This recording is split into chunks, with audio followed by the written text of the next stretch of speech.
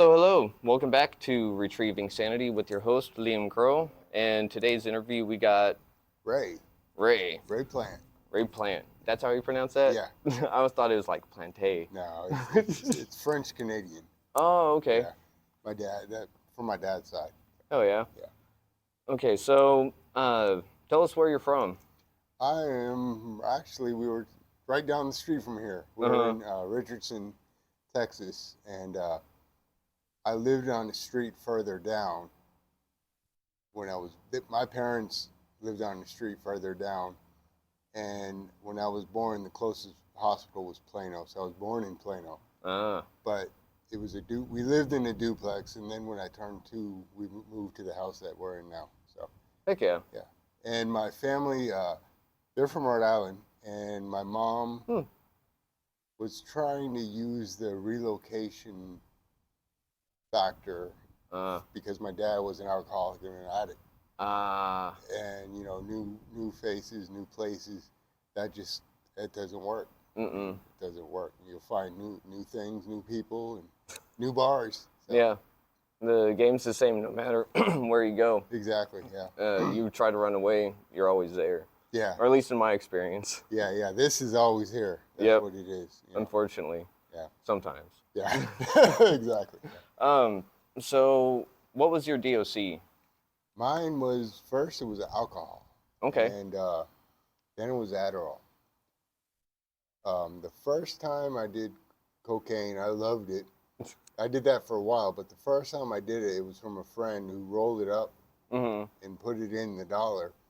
And I was talking to a friend later, a couple days after that, and they were like, "You were up for like 2 days?" Oh no, that was meth.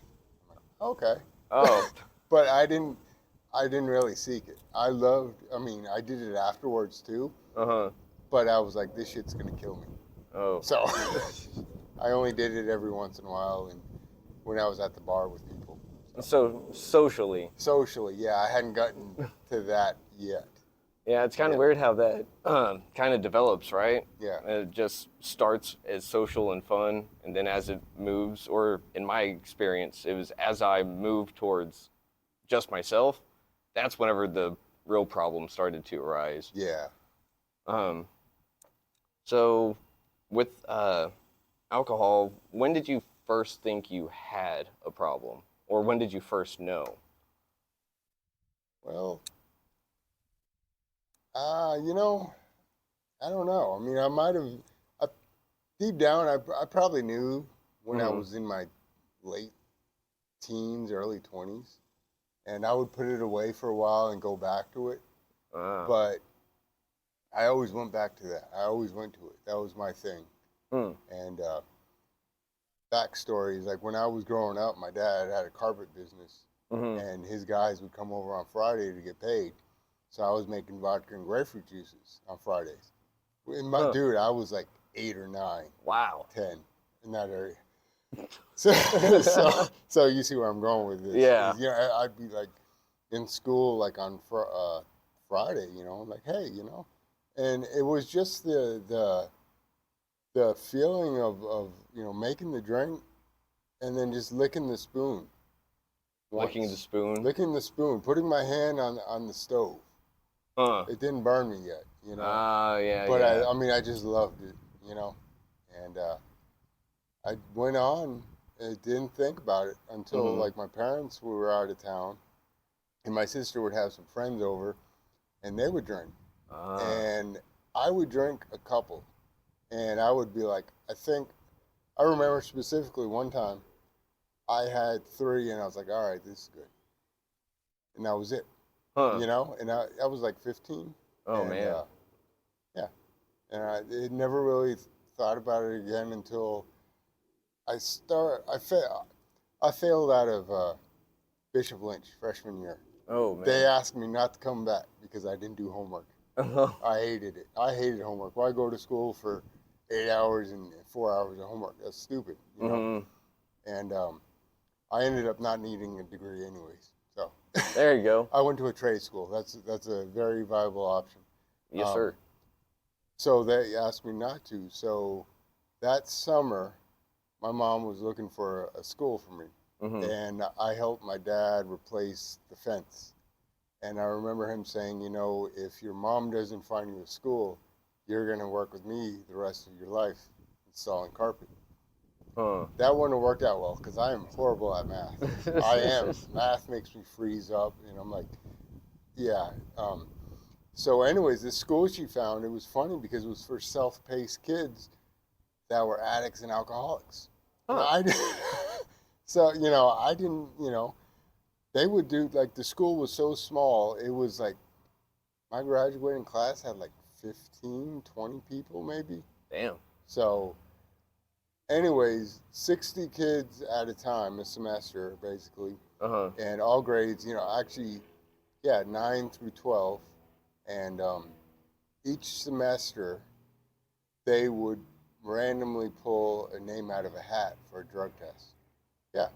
And, you know, they would tell us, I mean, I didn't do drugs at the time. I didn't really even drink until later. I'll get to that later. Okay. And the last semester of school, they pulled my name, and everyone was like, "Oh, that's a waste of time," because they knew. I mean, you know, but I had, you know, I had fun and stuff. My friends, I ended up hanging out with two of my older class.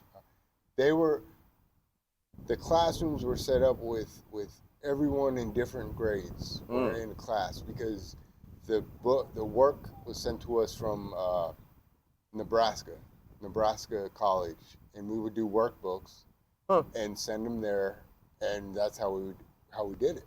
That's interesting. So I loved it because so I was held back in early childhood because I was born with a disability called spina bifida, and I'm able to walk and stuff, which is I have the best case of the worst. Yeah. You know, they didn't think I would walk. I was 3 years old when I walked, and we were at my house, and my aunt and my uncle on my mom's side were visiting, and I was inside with my dad.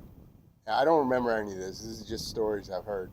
And my dad runs out to the back and says, "Hey, he's walking," and all that. And my uncle Ray and my aunt Betty Ann, they were like, "Oh, he's drunk, you know, whatever. He's been drinking. He's just messing around." And then finally, he went back out a couple more times. And they finally had to come back in to see it. So you know, it's you know, I forget really where I was going with that story, but you know, these friends, I met some friends, really good friends. I still talk to one of them.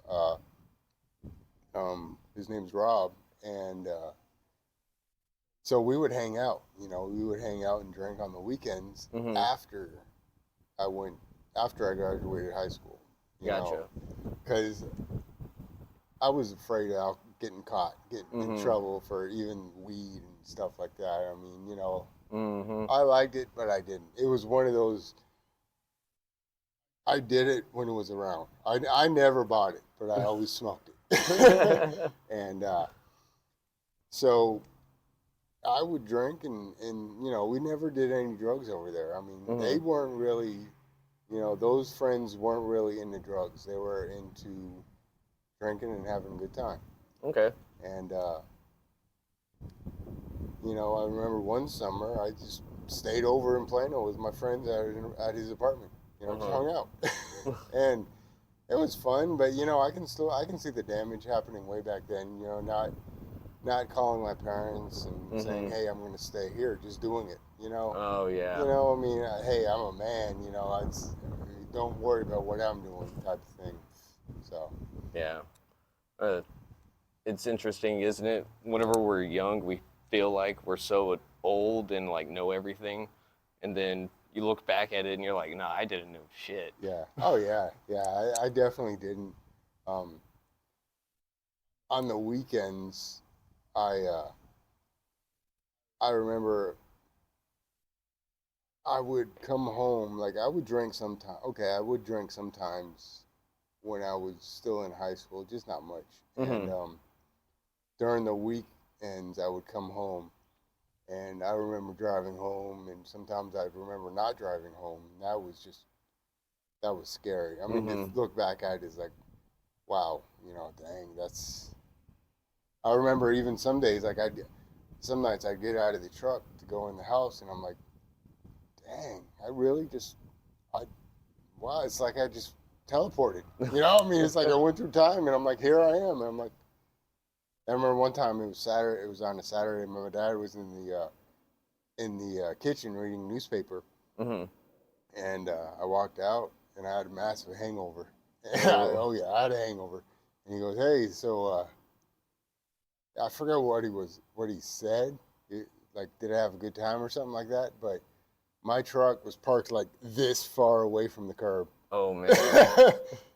I think he even said, "Hey, you better go move your truck before your mom finds out." Oh. He was one of those because he was one of us. He was like, I remember my first concert. I was 14 and I went to go see White Zombie, and he Okay. was like, "Hey, there's going to be some stuff passed around, and as your dad, you probably shouldn't do it, but if you want to, go for it." And you Oh know, man. yeah, yeah. I mean, as a kid, that's kind of cool, and Mm-hmm. we. I read something earlier that said, as you grow up, you find out who your parents really were. Mm. And my parents, I love my parents to death. My mom, I love her to death. I still live with her. My dad passed in '04. Sorry to hear that. Yeah, yeah, '04. He died of septic shock. His Ooh. body just said, "I'm done. I'm enough with this." And my Mm. sister told me a while back. She was like, "Yeah, he." We talked one time. He opened up and he was like, I'm regretful and sorry for all the things that I put your mother through. And he knew, but he wasn't conscious of it because he was always under the influence. And I can totally understand that. Mm-hmm. His was actually the first person on my step 9 that I did a amends to. You Oh, know, okay. and because I could sympathize with him. As I went on in sobriety, I understood Mm-hmm. what he went through and how he was. He wasn't doing it to us. I mean, he never laid a hand on me or anyone, but he just would get angry and stuff when he drank. And Mm-hmm. we started off in the big book. It says, we drank for conviviality at first, which Mm-hmm. is totally true, and did other things. And then at the end, towards the end, it just takes over, and Yep. that's what it did. I remember the last group of friends that I had, friends that I drank with and Mm. stuff on Friday nights. They would tell me, "Yeah, you knocked over a table." I mean, like I Chris Farley'd into it, not just Oh. knock it over, but I would like Chris Farley into a table, Oh and man. I don't remember it. I mean, I would wake up with cuts and scratches and Mm-hmm. stuff, and that was that. Mm-hmm. And I wouldn't talk to them for till the next Friday Mm-hmm. because I knew, like, I would look down and read a text message like, oh man. So I knew towards the end this was just not affecting me, but everyone around me. So Okay. Man. yeah, Yeah, that blackout drunk is scary, yeah, especially if you drove. oh yeah, But glad you're all right. yeah, Just maybe parked a little too far off the curb. oh yeah, just a bit, yeah. Uh, I never parked on the line, but I've gotten close. just on the curb. Yeah. Like, Oh, and another thing is, so when I moved out the first time, mm-hmm. I eventually got married and stuff, and I went out with a friend, and I got a DWI, Mm. and that's when I my license was suspended, and when it came back up for renewal, in my mind I was like, no, I'm gonna kill someone, Mm. and that's honestly why I've never got my license back. That was like 13 years ago. Oh wow. Yeah, and now prices of everything have gone up, so Yeah. whatever, you know. It worked out for the best. Yeah, kind of. So. Well, man, you sure have had quite the story. Yeah. And so with your dad being one of us, do you think that like influenced you, like nature versus nurture, or do you think you were probably going to go down that path one Both. way or another? Both. Both. I believe this is a family disease. Mm. I forget what it's called, but it's a book of diseases and alcohol addiction. Yeah, alcoholism and addiction is classified as a disease, and I believe it both influenced me in living it and seeing it as, and also I believe that it was gonna be part of my destiny anyways. I mean, you know, Yeah. if unless I never touched this stuff, you know, I believe. Yep. One time I remember hearing someone say something in a meeting about there's two sons, you know, one grew up watching his father and never drank. One grew up watching his father and became a raging alcoholic. And you know, the point of it was, you know, why? And then one answered. Actually, they both answered because I watched my father growing up. So I believe that, you know, this was gonna just part of my story. You know, Okay. I mean, God. I believe in God, and God has a plan. You know, far bigger than what I know and what I can see.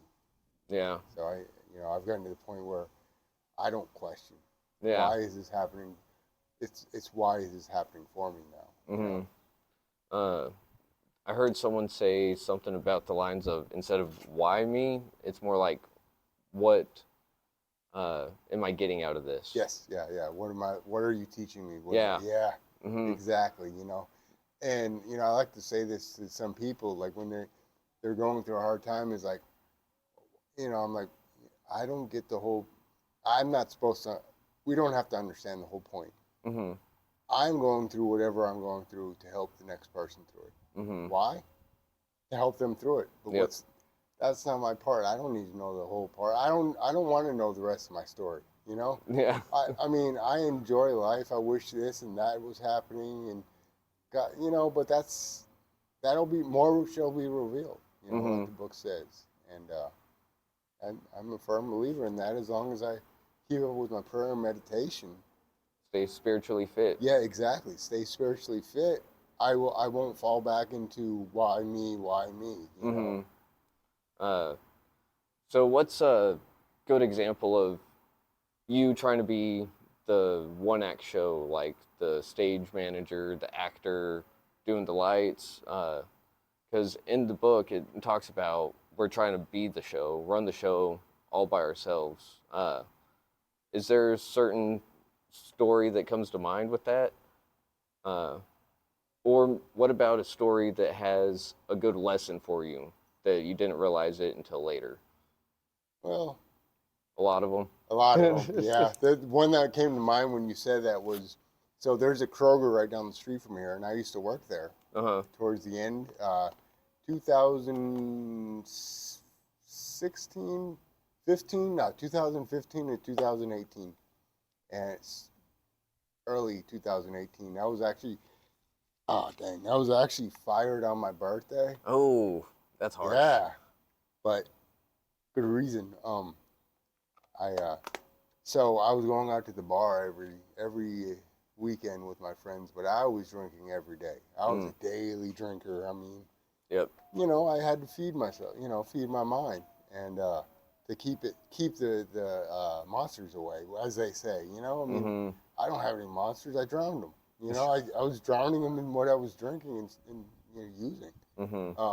So, anyways, I started working overnights, which is fine. You know, I would take Adderall, so I was like, you know, I can get through this. You know, they put me on the drink aisles, and they were like, you got to get 2 aisles done in 2 hours. And it was like the heaviest shit, and like 4 pallets a night, every other night at least. And the manager was like, man, what's taking you so long? I'm like, look, man, you see all this? So anyways, the funny thing is, like, I go in there now, and the first time I went in there and they rearranged it, they did it to where the aisles have spots for pallets for the water and stuff. I used to have to unload at least like 50 something things of water and Cokes. Oh yeah, it is what it is. I used to have, you know, but it wasn't really, it was synthetic kind of. And I mean, yeah, I miss being in shape like that, but do I really? So anyways, going back to the question, is like the feeling like the actor, the stage manager is, I would work overnights, and I would come home in the day, and I wouldn't want to go to sleep. It's like I want to stay up and do stuff, and so I would go in that vicious cycle, you know. Yeah. One story I'll tell is so you know I was Adderall was my main thing, and my prescription would get filled. You know, it's like okay, so it's gonna get filled. So I worked overnights. I would walk a mile and a half to the doctor's office, pick up my prescription, and walk back the same distance to the same Kroger because you know everyone knew something. Yeah. So I'd get it filled, and I would stay up till like 11:30 noon, Oh wow. and go to sleep. Maybe go to sleep until I had to go to work at 11 or midnight. Oh man. And I just wanted to keep doing that. I just wanted to party all the time. And, you know, I like having fun now, but it's not. I don't have to. You know, I don't have to feel like I'm in charge of it. You know. That's the thing is I go with the flow now. You know. Be water. Yeah, that's right. So in recovery, one of the things we're told that we kind of have to do is surrender. Yeah. To me, after a point, the surrender, I realized that it was more of a strength to be able to do that. What is your take on like surrender or giving up you? Not necessarily your identity, but like what you want necessarily. Does that make sense? Oh, that makes total sense. So, in the beginning of my recovery, like I want to say about a year and a half or something, I started dating this really, really beautiful woman, you know, and she's real sweet. She lived right down the street from me, real convenient, all that shit. So, no, and we'd go to the same home group, you know, whatever. And so she left. Her addiction got the you know her addiction and she had some other health problems pop up, and that got the better of her. So she went back into her addiction, in her alcoholism, and I had the hardest time dealing with that, you know. So every time, like on a Friday or Saturday night at my old home group, I'd walk in, and one of my really good friends, you know, I love her to death for this, is I'd walk in, and she'd be like, she, you know, say hi and all this, and then the meeting would open, and they were like, all right, well, does anyone have a topic? And she would look over at me and be like, hey, Ray, page 417. And what 417 in the big book is about acceptance, you know? And it took me forever to, I understood the concepts, we understand the concepts, you know, of course, but it took me forever to be okay with it. I think, you know, I believe that everything that's led me to now is why I'm here. That might sound kind of weird or backwards or whatever. Nah. But so that was going on, and then COVID came along, you know. And so COVID came along. My sponsor, he was struggling. He was like, "How are we going to do this without meetings and stuff and all this blah blah blah?" And so that honestly, that got me to reach outside myself. As far as not just to people, but like spirituality stuff. I got on YouTube and I started just typing in stuff, and I started watching Eckhart Tolle, and that really helped. That was like, and my sponsor, you know, I talked to him, and he'd be like, "Wow, you know, all that stuff," and then so it went along, and then eventually meetings started opening back up, and the first one that opened back up, I went to. It was in a different fellowship that I started in, but I was at the point where I was like, I was missing something in my recovery. I felt, and I started going to this other fellowship, and you know, that's what I was missing was fellowship, not you know the camaraderie of everyone else, and hearing how they recover. You know, that helped me, and then. You know, I was going along with that, and then you know I still go to that group too. I go to my home group my old home group every once in a while. I go to that group. It's the NA. You know, I started in AA, went to NA, And then a friend that was in NA, introduced me to this other group, Cocaine Anonymous. And I was like, whoa, hey, we can talk about drugs and alcohol, because I was one of those. I would be at my old home group, and I was okay with it, but like Everyone else. someone else would be like, hey, my name's so and so, I'm an alcoholic and addict, and I would just go, because I know the old timers were just like, like, and so now it doesn't bother me, but I just thought it was funny because I was talking about that with someone the other day, and I was like, yeah, that's funny. I just kind of, it's almost like that now when I go to an NA group and someone says I'm an alcoholic, I'm like, oh, Yeah, wrong one. because, anyways, but so now I find that the more I've reached out, the more fit I stay. The Okay. more, I help others, and someone can help me with some in recovery. Someone's been through something like that, like what you're going through, or exactly like it. And if not, oh, I know so and so has been through this. Let me talk to them, or I know of someone. Let me talk to them. If you don't want to give their anonymity out, and it's just everyone. I just love recovery. It's my life now. It's not part of my life. It is my life. I have to. Recovery comes first. Because I've been, like I was saying, when my ex left, that I was in this whole shell. Like I was like, I don't want to do anything, blah blah blah. But I know we have to get to a point where we're like, okay, we're either gonna fall back into old habits or go try something new. We have to get uncomfortable enough to try something new. Yep. And I'm glad that happened. Yeah. It's funny. I went to I was able to help someone, actually a couple people with that same problem, that so and so leaving, and they were like, oh, and I was like, we just have to be strong enough to keep going on. Yeah. Fellowship is really important. Oh yeah.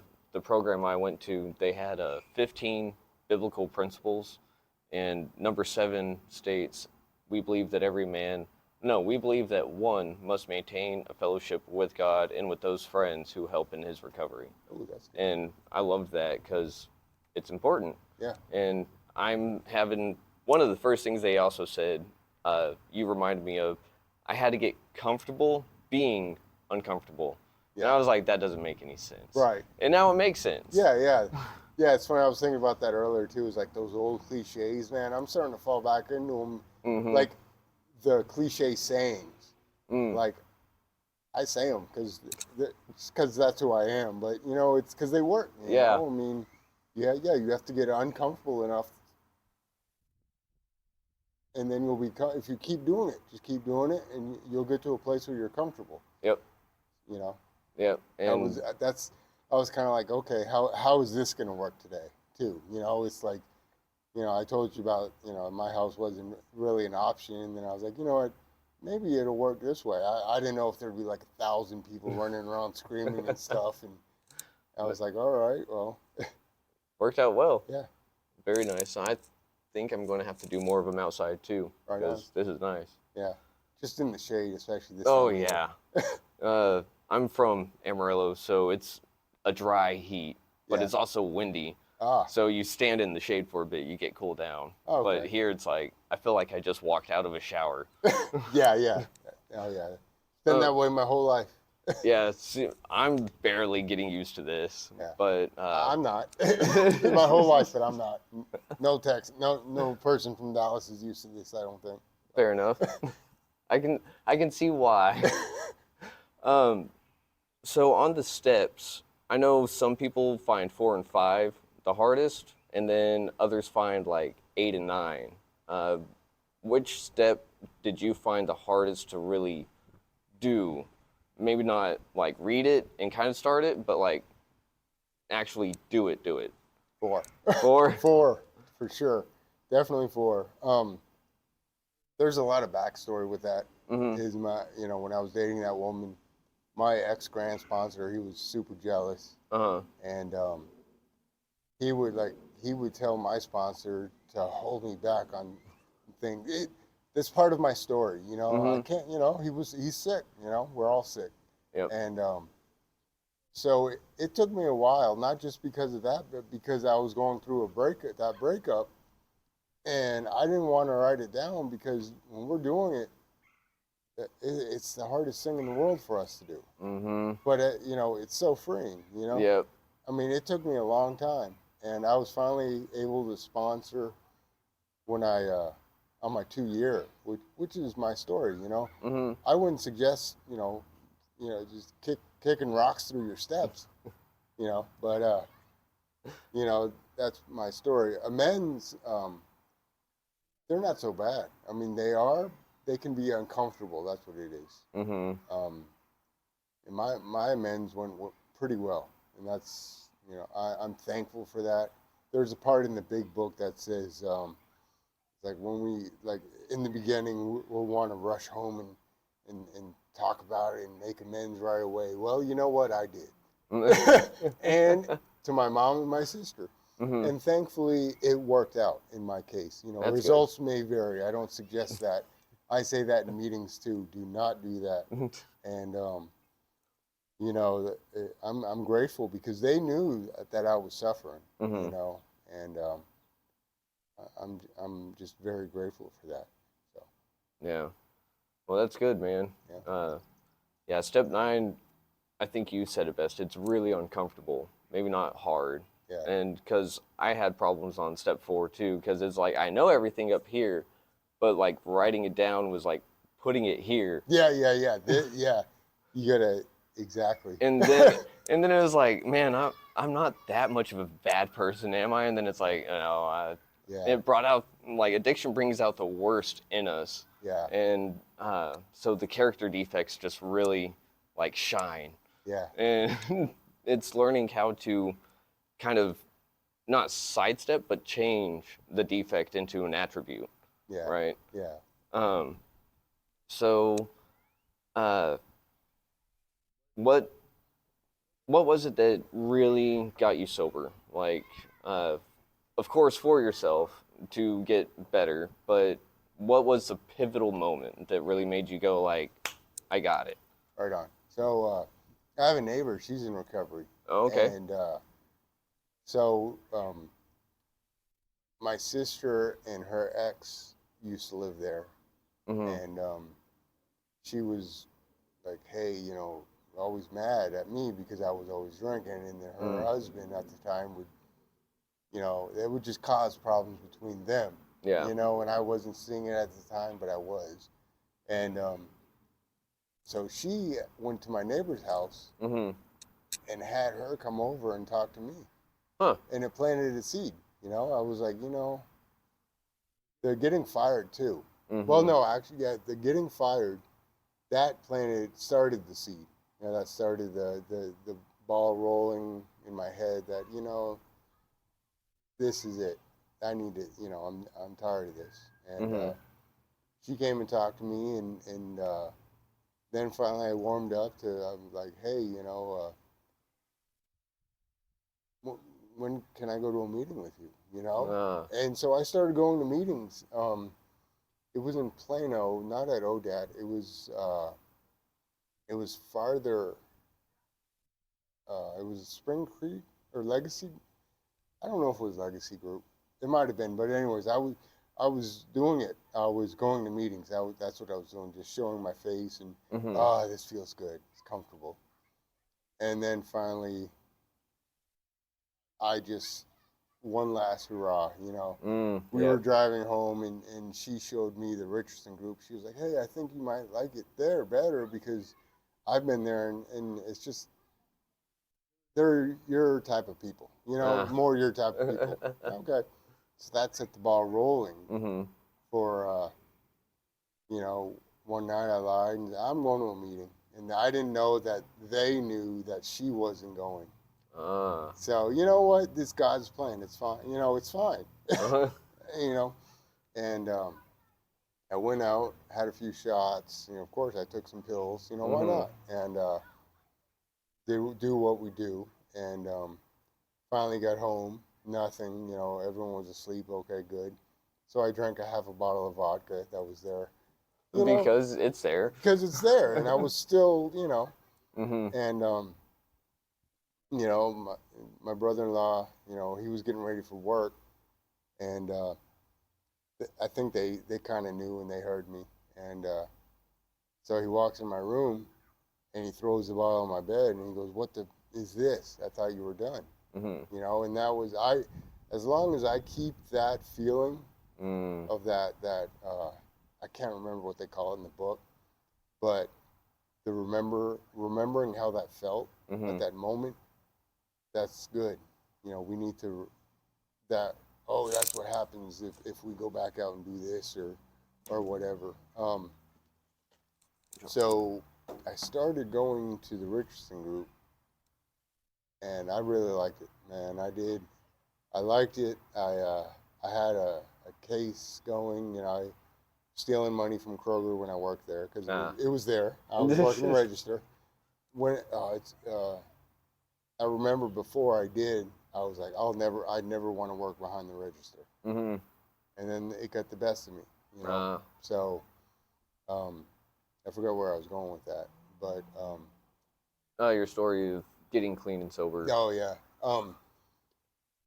So the feeling of so I didn't have a job for a while, and I was going to like 3 meetings a day. I did 3 meetings for a while, A day? and yeah, Oh man. yeah, and I mean to stay away from the house, basically, stay out of the uncomfortable, Uh-huh. And because I had read this book, I read this book like 3 times before I started doing the program, actually working the program, Oh, okay. and because the neighbor I went to meetings with, she gave me a copy of the book, Ah. and it didn't mean anything to me. It did, but it didn't resonate yet. Yeah. And so eventually, I got a job working at a warehouse, and Mm-hmm. 10 hours a day. I was still hitting 2 meetings a night. 2 meetings a night, 5 days a week. Sometimes I'd go to 6 or 7 meetings. Wow. Well, the 10 meetings plus the weekend sometimes. Uh-huh. And it was great. I had a sponsor, and my sponsor was like, "Man, how are you doing?" And I'm like, "Man, I have to. I got no choice. This is it for me." Damn. Yeah. That's some determination It right is. there. It is. I mean, it's uncomfortable. Like I said, I have to I'm either gonna go this way and go back in the ditch, Mm-hmm. or trudge the road of happy destiny. Like Yep. So Uh, so whenever you're doing that many meetings per day, uh, did you know what a home group was, like starting off, or did you just like kind of consider all of those your home groups? well, see, at first I was only doing the Richardson group. Okay. Yeah, yeah, I did that for about 2.5. Let's see, 18, 19. Yeah, 2.5 years. Oh wow. Okay. So So that's your old home group. yeah, that's my old home group. Gotcha. Yeah, Gotcha. yeah, Um, so you know how some people that don't understand addiction, they go, it's just a matter of willpower. These people have no willpower. yeah. I think that is entirely wrong Oh because we could have nothing, and then by the end of the day, we'd have our fix. yeah, And oh yeah, and just in watching people in recovery, watching their willpower really makes me just go like, these people are determined as hell to do anything and everything. yeah. So willpower definitely isn't the problem. It's being powerless over alcohol and other mind-altering substances. Absolutely, yeah. I mean, I can be powerless over anything. I mean, Mm-hmm. food. For a while I used food while I was in recovery. Like, I don't want to face this, so Mm-hmm. I would just eat a lot. Yeah, Got to replace one habit with another yeah, habit. yeah, yeah. You know, Mm-hmm. and that's how that worked out. I'm losing that weight, the fat, I should say. Fair So, enough. I bet this heat helps. oh yeah, it's going to. Yeah. Oh yeah. Um, so let's see. We've got your kind of sober story. We got how you like started for the most part.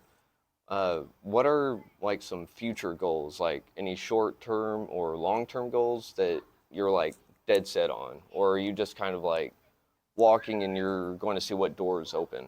Yeah, that's how I do it. Like I've I try to set little goals, and sometimes they don't work out. So Ah, I just keep readjusting. You know, okay. it's you know, I never see things as a failure. As this just didn't work out. Okay, what did I learn from it? You Mm-hmm. know, and you can't stay in anger about it. Like, oh, you know, oh, I should have done this or that.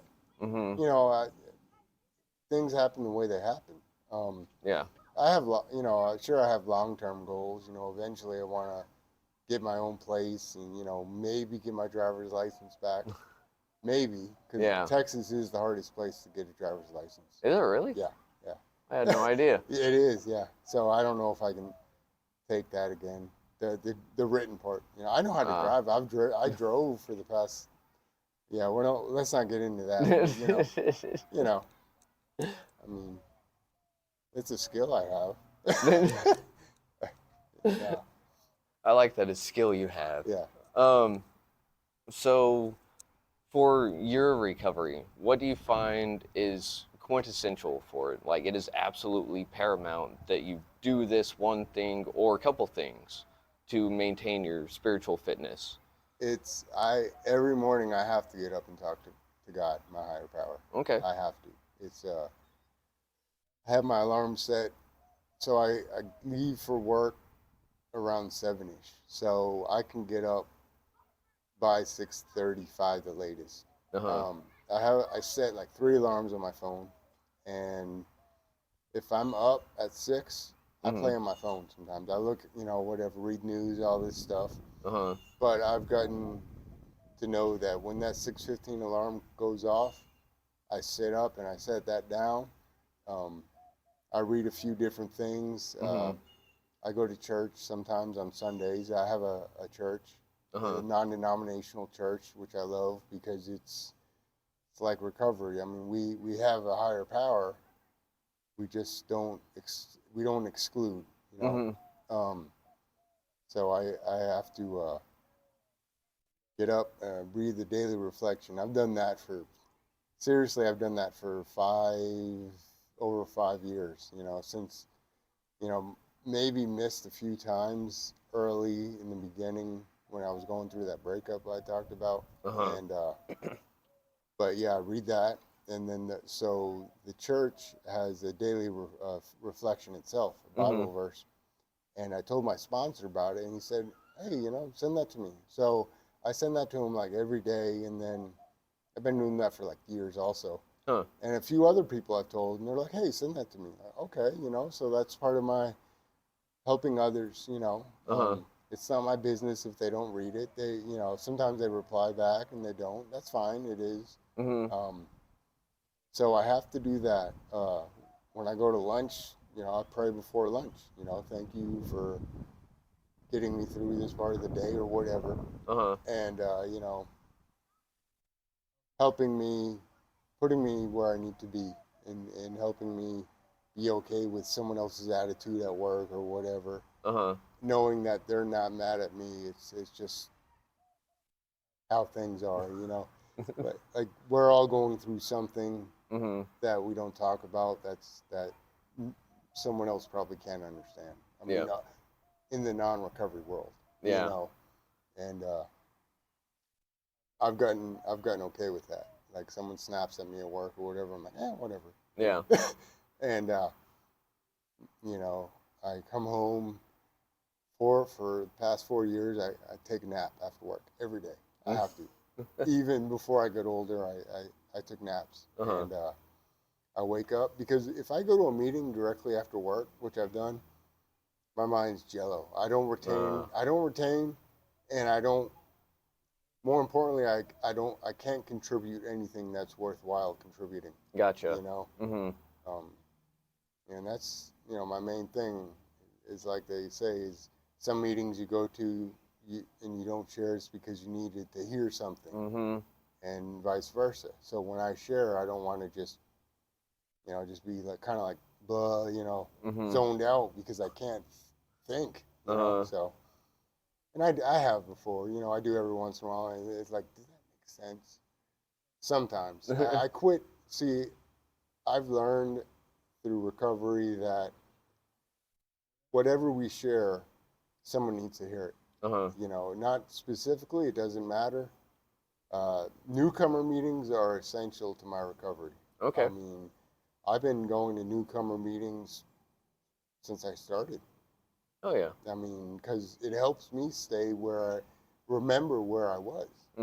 Desperate for a new kind, to be where I wasn't, in a new mindset, Yeah.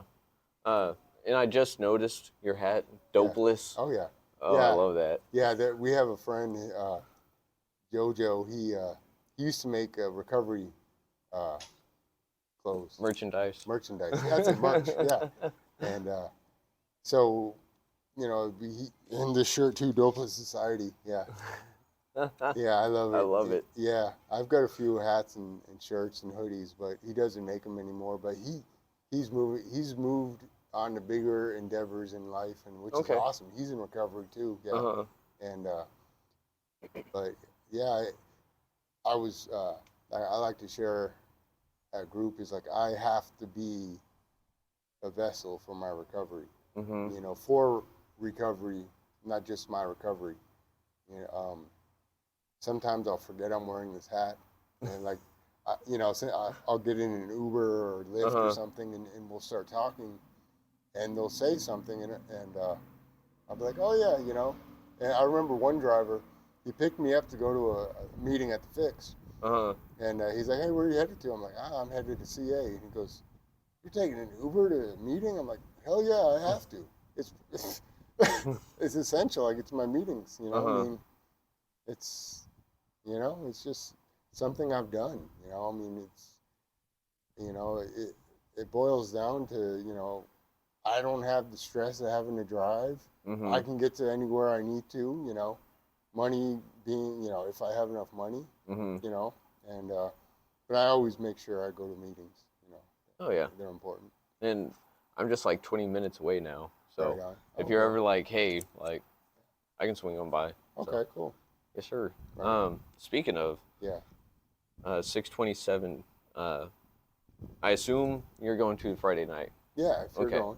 Yes, sir. Right on. Yeah. Cool, bro. Yeah. I was actually thinking that. I was like, Okay, so we're cool. going to do an interview, and then right after that, shoot to a meeting. That's fucking. See, man, when people start, I get like goosebumps when people talk about recovery and how it's helped, and like I was telling you, I talked to one driver there. So there's a sober living house right over here too. A couple good friends live in. They're good friends now, and I was talking to one guy that picked me up, and he's like asking where I'm going, and I told him. He goes, "Yeah, man, trying to beat this gambling addiction, Oh, man. So the thing is, like, that's a tough one too. But the point being is like I'm still able to be helpful to that person. I was able to tell him, hey, there's meetings for GA and things like that. And he's like, really, and so he's like, I'll look it up. And a couple weeks later, he picked me up to go to the same place.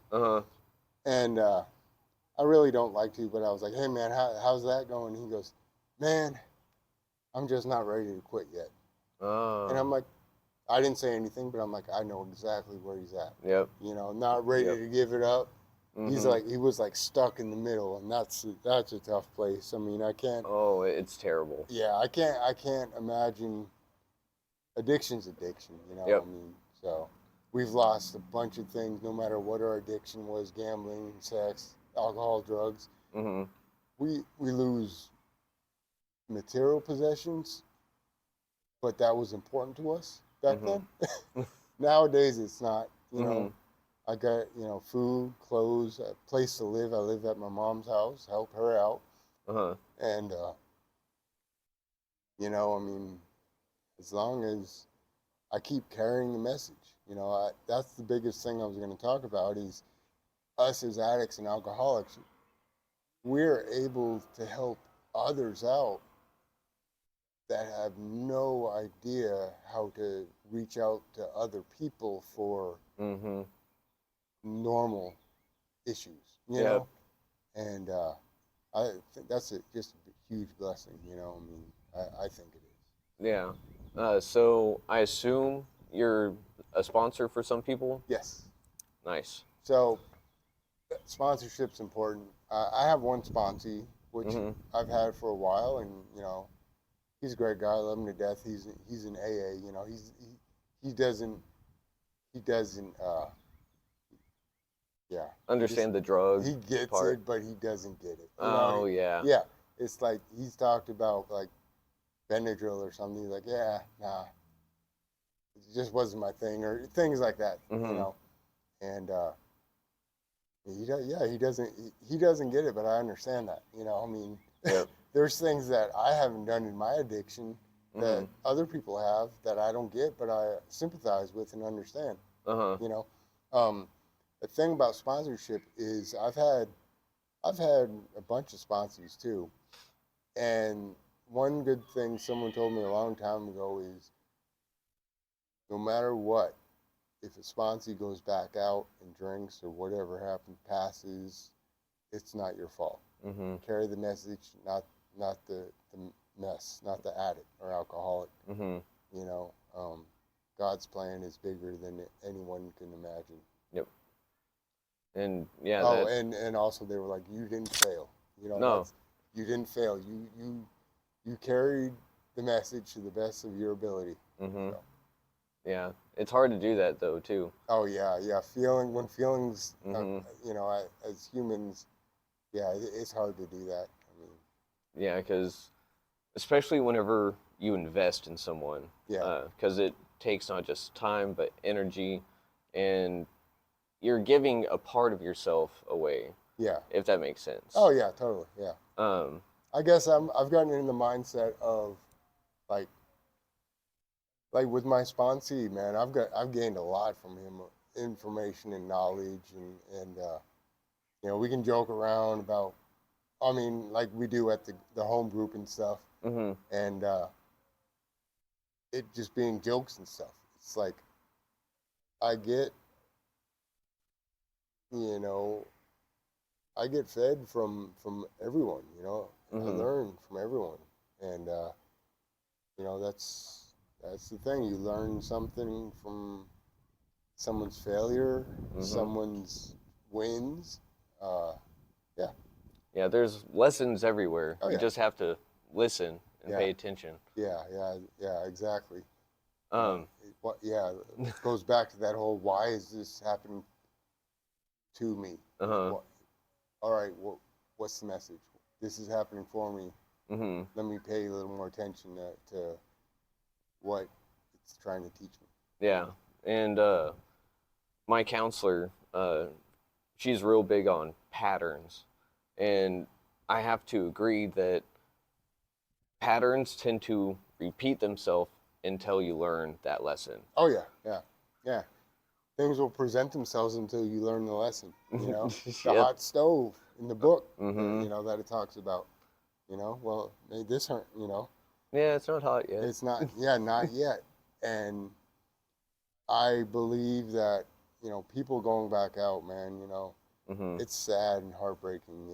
Yep. Recently had someone that I really care about go back out, and thankfully they're okay. But we're probably not going to see them for a while. But Mm-hmm. yeah, I mean that's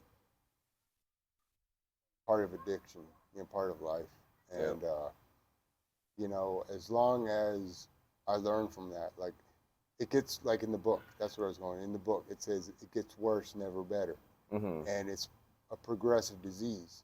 Mm-hmm. So I moved on to NA and then CA because the thought of a beer or liquor Mm-hmm. just doesn't sound appealing at all. Yeah. I mean, honestly, it doesn't. And except for I'm a little parched now, but no, that makes it worse. So if I was to reach for one of those, Uh-huh. my life would just come crashing down. I've seen that in so many different cases, you know, I mean, past, you know, like over the years, man. And hopefully they come back. Some people, I've seen a bunch of people go back out and come back in, and then it stick. And, you know, knock on wood, you know, they haven't gone back out yet. There's always a yet. I'm eligible also, you know. Yep. And that's why I got to make recovery my life, you know, not just part of my life. I've got to incorporate life into my recovery. Ooh, I like that. Yeah. That is good. Yeah. Because I was thinking last night actually. I was like lifestyle versus habit versus just kind of like a characteristic set, if that makes sense. Yeah. And recovery is all expansive because it's for some people their triggers was just being alive. Yeah. Or just, Yeah. because that was mine, like boredom and just existing. Yeah. Was like, yeah, I've got to drink. Exactly. To feel better, to feel more comfortable in my skin. Yeah. Yep. There's a meme that's it shows a guy. It's a cartoon and he's transparent, and then it shows this is what it's like to be an addict, and it shows like his bones, like I don't know how to explain it, but like his bones aren't like like his bones are all catty corner and stuff like that. Like this is what an addict feels like being in your own skin, and it's so true. I mean, I can't explain it, but you know that's what it feels like. You know, as long as I remember that and what needing to have something fill that void feels like, then you know I'm okay for today. You know? Yeah. I remember the first time I got sick when I was in recovery. You know, I was just laying in bed and I'm like, and I think first time I had a really bad ear infection, and I was just laying in bed and like, okay, you know, I tried praying and all this stuff, normal stuff, and then I remember getting over that, and then making myself get up and pray the next day, and after that it became natural. Like the next time I get sick for like a couple days or whatever, I was like, hey God, I'm here, thanks for this and that, blah, blah, blah. And then I, you know, get over it, and then I get back to praying. Yeah, I've gotten sick and hurt a few times, like physically hurt in recovery, and you know, I hurt my back real bad, and I could barely move, but I prayed every day I had to. Not for him to take it away from me, because you know that eventually I would live with it, or it would be, you know, I adjusted my lifestyle. Yep. Quit trying to be Superman. You know, that's because that was my biggest asset when I was taking Adderall. I was like, oh, I can do anything. Like I'm helpful. You know, no one's paying attention to this because my hands are over here. You know, not the crazy part, just that hey, I'm doing manual shit. Yeah. Stuff, whatever. Sorry. Yeah, manual labor. Yeah, and so I thought that was my usefulness in life, and you know, we get reminders. Yesterday, I was at work, and there's a big piece of a round metal. It's about this big, about like this, and I had to, you know, I don't have much going on at work right now. We're cut down to 4 days a week, which is tough, but God provides. I have everything I need. You know, I wish I could, but not right now. Yeah, God, you know, God's always saying, when it's not happening, not yet. You know, something's better coming along. So, anyways, this big old piece of metal was on the table, and the saw was over here, and I picked it up and I moved it over to the saw, and I was like, oh man, I shouldn't have done that. And I was like, it didn't. Don't. I'm fine, but I know now, like, okay, you know, I used to be in the mindset of, oh, I can still do that. Okay, good, great. Now I shouldn't have done that, and I'm glad I didn't hurt myself, because, you know, I've done that too in the past, you know. Oh, yeah. Still thinking I'm a 20-year-old, you know, because, I mean, technically I did kind of misplace 20 years of my life, so. Yeah. Stunted the growth. Yeah. Eh, Yeah. They someone when I first started said you're when you start getting sober, mentally you're the age that you started drinking. Yep. And I started believe I believe that, you know. I mean, Mm-hmm. I was hard drinking at like 18 and 19. Yep. You know, I forgot to throw in my story. It's okay. I those friends I was hanging out with, one of them, he started working at a bowling alley in Plano. So I needed a job, and I got a job there. And Free it's beer, there. free beer, it's there. Oh, yeah. yeah. Oh, man, St. Patrick's Day, that green beer. Woo. I remember leagues would Oh no. they would leave full pitchers and stuff. Oh yeah. Damn. Yeah, because they already drank like two of them. So Oh. I mean, there's six, 7, 8 people Mm-hmm. drinking beer and stuff, and it's like, okay. One time, so I was a customer service representative. I cleaned tables, got reset pins if they flew off the alley and all this stuff, whatever. Uh-huh. And so ironically, at midnight or at 1 o'clock on Friday and Saturdays, I'd have to say, you walk around in the pit with a trash can, like, hey, drink it or toss it, Uh-huh. And one guy was being a little arrogant and belligerent with me, and there's a cop that worked there, which is thankful. He's like, oh man, he set it down. He's like, man, now let me just bowl this frame, and he walked off. We kind of got into a little discussion, like, no man. So the cop walked over, and he walked off to bowl, and I just grabbed him. And I was doing my job, I mean, and the guy got mad, and he was like, man, that was a $10 drink, and the cop he's like, man, just go there, I'll take care of this, But I mean, I understand that mind frame now of like, yeah, I'd have been mad. Oh yeah. When it came to alcohol and drugs, we were ruthless. I mean, I didn't, at first I felt like I didn't fit in when I switched fellowships because I didn't do the hard drugs. I felt that way because it was new, and that's something I've come to understand is like we're like I said earlier, we're all here to help and learn from each other. Yep. I mean, it doesn't matter. We still had the same fucked mind. It's like I need to get this or do this. So. And it's just a hard rewire. Yeah, so. It is. Yeah. Shit. 6:42. Think about 30 minutes to get down there from here. Yeah, about that. Yeah. Okay. You want to wrap this up for now? Yeah. All right. Yeah. So, Senor Ray, thank you very much. I also plan to interview everyone at least like 2, maybe 3 times, just because you can't get the whole story. Okay. In like what, an hour? Yeah. So. That's funny you say that. I don't talk much, but I talk a lot. When you go see someone or hear someone tell their story, like from a group or something, it's like we've heard their story, but now we hear it all at once. So. Yeah. And it's also in the things that are unsaid. Yeah. So, but man, this is fun. It was. You've got the longest interview so far. All right. Awesome. So, I don't have a little trophy. Oh, okay. We'll find one for you. Edit that out. That way no one can try and beat me. Okay.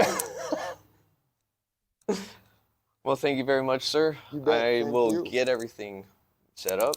Well, packed up so that we may head on out to the fix. Yeah. Oh yeah. Thank you. I enjoyed it. Yeah. Glad to hear. You bet. And